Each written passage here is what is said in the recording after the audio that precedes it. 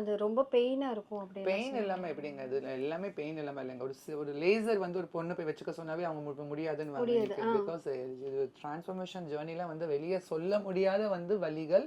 But அந்த வலியிலயும் வந்து எங்களுக்கு ஒரு இன்பம், பெரிய இன்பம் இருக்கும். எத்தனை நாள் மேம் ஆகும் அதுல இருந்து cure அப்ராக்சிமேட்டா ஆகுறதுக்கு? கண்டிப்பா ஒரு 40 டேஸ் வந்து டைம் பீரியட். பட் வந்து எப்படி இருந்தாலும் உள்ரணம்லாம் ஆகிறதுக்கு வந்து ஒரு 6 மந்த் கண்டிப்பா ஆகும். ஓகே. சோ அந்த அந்த இது அந்த டைம்ல ரொம்ப பத்திரமா பாத்துக்கணும். என்ன சொல்லுவாங்கன்னா, ஒரு குழந்தை பெத்துக்கிறதுக்கும் இந்த ஆபரேஷன் சர்ஜரி 10 குழந்தை பெத்துக்கிறது சமம்னு ஆமா. சொல்லுவாங்க. சோ அவ்வளவு தூரத்துக்கு பெயினா இருக்கும்போது அவ்வளவு பத்திரமா பாத்துக்கணும். சில பேரை வீட்லயும் சேர்த்துக்க மாட்டாங்க. வீட்ல வந்து அது பாத்துக்க அதனால மாட்டாங்க. தான் டிரான்ஸ்ஜெண்டர்ஸ் கூட இருக்கிறவங்க, டிரான்ஸ்ஜெண்டர்ஸ் கூட வாழ்றாங்கன்னா அந்த சர்ஜரி டைம்ல வந்து அவங்கள வந்து பாத்துக்கிறவங்கள வந்து விட்டுட்டு வந்து மனசளவில் விட்டுட்டு யாருனாலும் போகவும் முடியாது.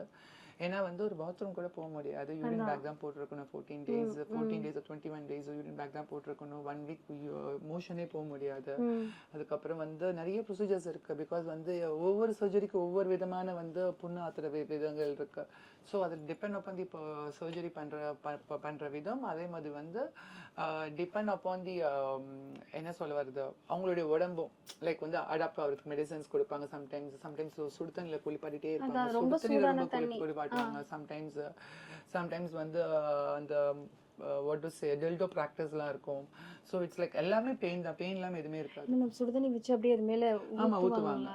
பிகாஸ் வந்து அப்பதான் வந்து அந்த உள்ள வந்து பிளட் கிளாட் ஆயிருக்கும். பிளட் கிளாட் எல்லாம் வெளியே வரும். அப்பதான் வந்து இடுப்புல வந்து அனஸ்தீசியா இன்ஜெக்ஷன்ஸ் போட்டிருப்பாங்க. இப்போ வந்து இப்போ நார்மலா வந்து மயக்க மருந்து கொடுக்குறாங்க. அப்பெல்லாம் வந்து இடுப்புல ஸ்பைனல் கார்டு தான் எப்படி பொண்களுக்கு வந்து குழந்தை இடுப்புல போடுறாங்களோ அதே மாதிரி தான் ஒரு டிரான்ஸ்ஜெண்டர்ஸ்க்கும் இடுப்பு கீழே மறுத்து போறதுக்கு அங்க இன்ஜெக்ஷன் போடுவாங்க. ஸோ அந்த வழியெல்லாம் போறதுக்கு சுடு தண்ணி ஊத்துவாங்க. நல்லா காய வச்சு ஊத்துவாங்க. அதுல ஒரு விஷயம் சொல்லுவாங்க. அந்த சர்ஜரி முடிஞ்சு இத்தனை நாள் வந்துட்டு யாரும் முகத்தையுமே பார்க்க கண்ணாடி பார்க்க கூடாது. முகத்தை பார்க்க கூடாது, கண்ணாடி பார்க்க கூடாது, நாங்க ஐப்ரோ கூட எடுக்க கூடாது, நாங்க புது ட்ரெஸ் போடக்கூடாது, அதுக்கப்புறம் வந்து சாமி கும்பிடக்கூடாது, சாமி ரூமுக்குள்ள நாங்க போக கூடாது. சடங்கு மாதிரி தான், திட்ட சடங்கு. ஒரு பொண்ணு வந்து வயசுக்கு வந்தப்ப அவங்கள வந்து 30 சுத்துவாங்கல்ல, சோ அந்த மாதிரி தான் இருக்கும். ஓகே.